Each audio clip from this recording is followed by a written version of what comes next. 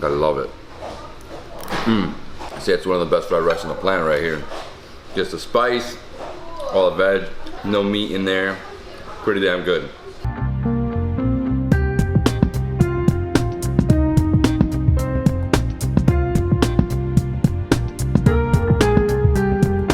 Good morning everyone, this is David Hoffman from Davidsbeenhere in beautiful Seoul, South Korea. Today I'm going to take you to eat a delicious porridge breakfast. Here in South Korea, they love porridge. They have so many different variations. I think I'm going to go with one that's a little spicy with some shrimp. And I'm also going to get some kimchi fried rice, bibimbap.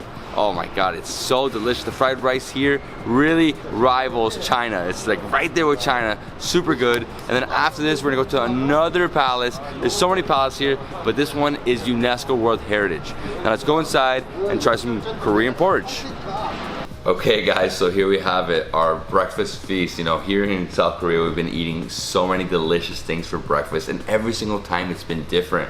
You know, we've had bibimbap, now we're having porridge, we're having kimchi, it's called bobimbap, right? Bobimbap, yeah, kimchi fried rice. Bobimbap, kimchi fried rice. That looks freaking phenomenal. It looks a little spicy, lots of vegetables, got the cabbage.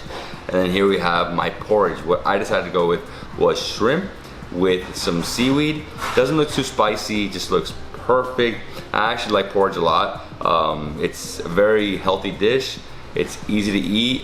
And yeah, here in South Korea, they love it. Here they have like, I think like 50 variations, really amazing.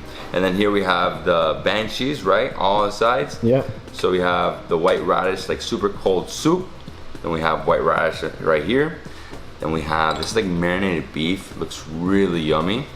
And then we have something that looks really hot. This could be like fish, I don't know exactly what it is, but it looks really, really hot. It's the only thing that looks spicy out of everything. Let's try this. Okay, wow. I'm so hungry, can't wait to eat. This reminds me of like a risotto.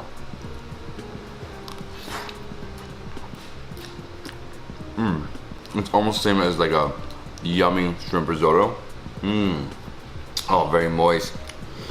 Lots of rice in there. Big pieces of shrimp. A lot of seaweed. Like I'm pretty surprised that it's like this much seaweed. Here in Korea, they love the seaweed. No spice at all. Oh man, this is really good. It's pretty amazing they eat a lot of rice for breakfast. I mean, it is a country of rice, but I was a little shocked when it was like breakfast rice. I don't really do that in the States, you know? It's so good. Can't wait to finish it, but before I finish it, let's jump into the banchan. Right here, I'm gonna try this super cold soup. Oh, yeah, a little sweet. Oh wow, also a little bit of a kick right there. I like it with a nice crispy onion, a few chilies in there, a little spicy. Now let me jump onto the white radish. This is what I love about Korean food, is that they always give you amazing sides. Here we have some of this. How strong this one. Oh, very moist. Pretty good. Next up, we have the marinated beef. Oh wow. Oh, packed with flavor. Oh wow. Soy sauce, super wet. Not wet guys, moist. Super moist. Oh, I really like this one. It's like bathed in soy sauce. Incredible. And next up we have this red one. Like mixed seafood in here. Oh, I said I can't get enough of this red paste sauce. Yeah, feel like some octopus in there, maybe some fish, very salty. It's actually my favorite of all these. Wow, it's amazing. And try some of this kimchi fried rice. Oh wow. So good. Oh wow. Incredible. So much flavor. Man, for real, this rivals China's fried rice. And I've actually never had a spicy fried rice. This is my first spicy one. You get a little bit of that tingling on your, your lips. You get a lot of veg. Oh, I love this one, man. I love it. I say it's one of the best fried rice on the planet right here. Just the spice, all the veg, no meat in there. Pretty damn good. And yeah, guys, this is basically our huge breakfast. What we're gonna do now is just dig in, relax, fill up before the palace, and yeah, gambe. All right, David, this breakfast feast has been incredible, and we each ordered different jukes. So you got one that had shrimp and seaweed. I got one that had pot, which is Korean red beans. So this is really tasty. It's got tons of rice in there. Now the difference between yours and mine is that mine has a little bit of more of rice balls. I don't think you got the rice balls, you got the shrimp. So these are my rice balls. So I'm gonna take a bite with the rice balls. The texture of the rice balls is so soft and chewy, but it does take a little while to chew it enough so that you can swallow it down. Now the red beans in Korea are typically something you add with sugar, so it's a bit sweet. But this porridge, because it's natural and healthy, doesn't have any extra sugar or sweetener added. So you're tasting more of the natural red bean taste, and it's actually not sweet. It's more of a savory dish, which I find really interesting. Take one more bite. And something I should mention about juk for everyone who's watching is that this is typically a very healthy Korean food. Often people who are sick or having digestive issues will eat the juk as a way of recovering your health, because it's just so simple and easy to digest and also very healthy. All healthy ingredients. Wow, dude, it's filling. Filling. All the rice in the world for breakfast. Bit of a carb overload. Good thing we're gonna be going for a walk for a bit. We're gonna go to Seoul Station, and then we're going to the palace, and we'll be doing lots of walking too. Yeah, and this restaurant is located right next to Seoul Station. I mean, we're literally a block away. Oh, just notice it's exit 4.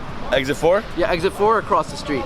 Perfect. And the bill was what? 20 something thousand, 24,000. 24,000. It's not bad. So it was like, I think the most expensive thing was actually the fried rice. Yeah. Which is fine. It's the best thing. Good. It was good. Everything was good, man.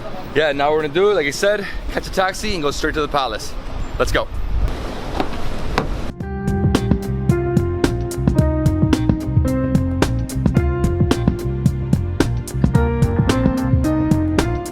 After a short 10-minute taxi drive, we made it here to Changdeokgung Palace, a UNESCO World Heritage Site that dates back to 1405.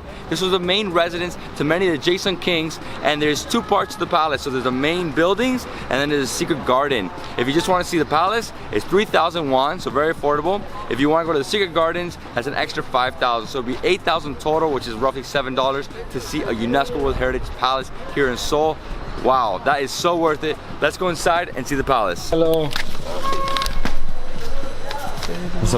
Thank you. All right, so we've just got inside and already noticing it's very spacious. Lots of trees, lots of traditional Korean buildings. Something I should mention too that I think you'd find interesting is that you can get a 10,000 won pass. It gives you access to all the palaces in Seoul. Or you can put on traditional Korean hanbok, which allows you to get into all of these palaces for free. So consider those two options if you're visiting Seoul and you want to check out the palaces.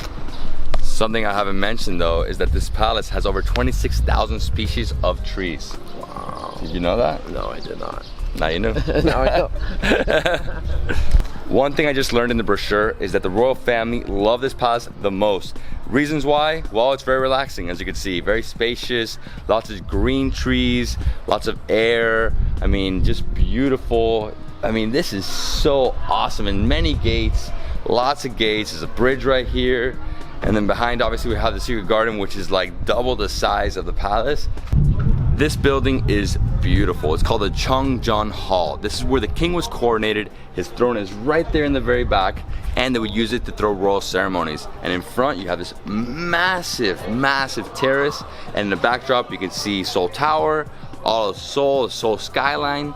And yeah, amazing spot. I mean, the breeze in here, I feel like it's super cool. And the coolest part about Seoul is that you have all these palaces, but they're all completely different. Each one has its own history, and in terms of architecture, very, very unique here. So to visit the main hall, we had to go around to the left. We couldn't use the main staircase because that is reserved for royalty. In every single palace, in some buildings, you'll see the staircase in the middle, and that's reserved for royalty. I mean, obviously now there's no real royalty. I mean, I don't know if there is anymore, but they always have it like separated. You can never go up it, especially in some Buddhist temples as well, right? Yeah, same thing, same thing. So we're visiting the next residence over here. We noticed a smaller hall, and it has like basically blue tiles. It's very, very fascinating from a distance. But as you approach it, you realize that it's smaller. We're thinking maybe it's like a royal residence or a royal sleeping grounds. Inside they have a nice painting, and then there's some mats. Yeah, it's just very basic inside. Could have been a place to sleep, could have been a place to eat or hang out, or all of the above. Yeah, there's no bed. No. There's like a little, like, I guess it's like a couch, right? But it's very, very low. Yeah. There's some mats there. So I'm guessing back then the kings would sleep on the floor the same way we did it with like in a temple, right? So they would put the mats down, lay on the floor, always very low to the ground. Yeah, which is actually really comfortable. Wow. Hi. Look at you girls. Beautiful, love it. Yeah, Japanese. Japanese. 거짓말. Lie. Nice handbook. Yeah. Love the handbook. Thank you. Where are you where are you from? Korea. You're from Korea. Oh no. Yeah. Oh, nice to meet you. Nice to meet you. Wow, what a morning. Good morning. We started it off with some delicious porridge and kimchi fried rice, super filling. Super filling. I highly recommend trying it once. You don't need it twice though. No. No. No. I mean, if you really like it, you can get it every single morning because they have so many different variations. He had like a red bean one. I had a shrimp and sea, which is so delicious. It was like literally eating the sea right there. It was so good. So good, man. And then we came here to Changdeokgung. Yeah, Changdeokgung. Changdeokgung. Really fun, the palace. I mean, it's getting packed now. Yeah. There's kids just flooding Everywhere. in at the moment. Yeah, so you know, it's a UNESCO World Heritage Site, so I highly recommend coming to this palace if you have time for 2 or 3. Definitely this one, the one we did the other day, and there's like a dozen, man. It's crazy how many there are. Yeah, you could do a whole tour of it. You can, it's just amazing. You could just so do many in Seoul. They're all in different locations too. Yeah, which makes it fascinating. But they're usually by parks. Yeah, right? by parks. And yeah, guys, I hope you love this video. This will be Sam's last episode with me. Yeah, so, man, I'm gonna miss you, bro. We'll probably see him in Argentina soon. I hope so. You're welcome anytime. For sure. Well, guys, if you like this video, give me a thumbs up, comment below, subscribe to my channel, his channel, and we'll see you in the next travel food adventure in South Korea. Peace. Hey.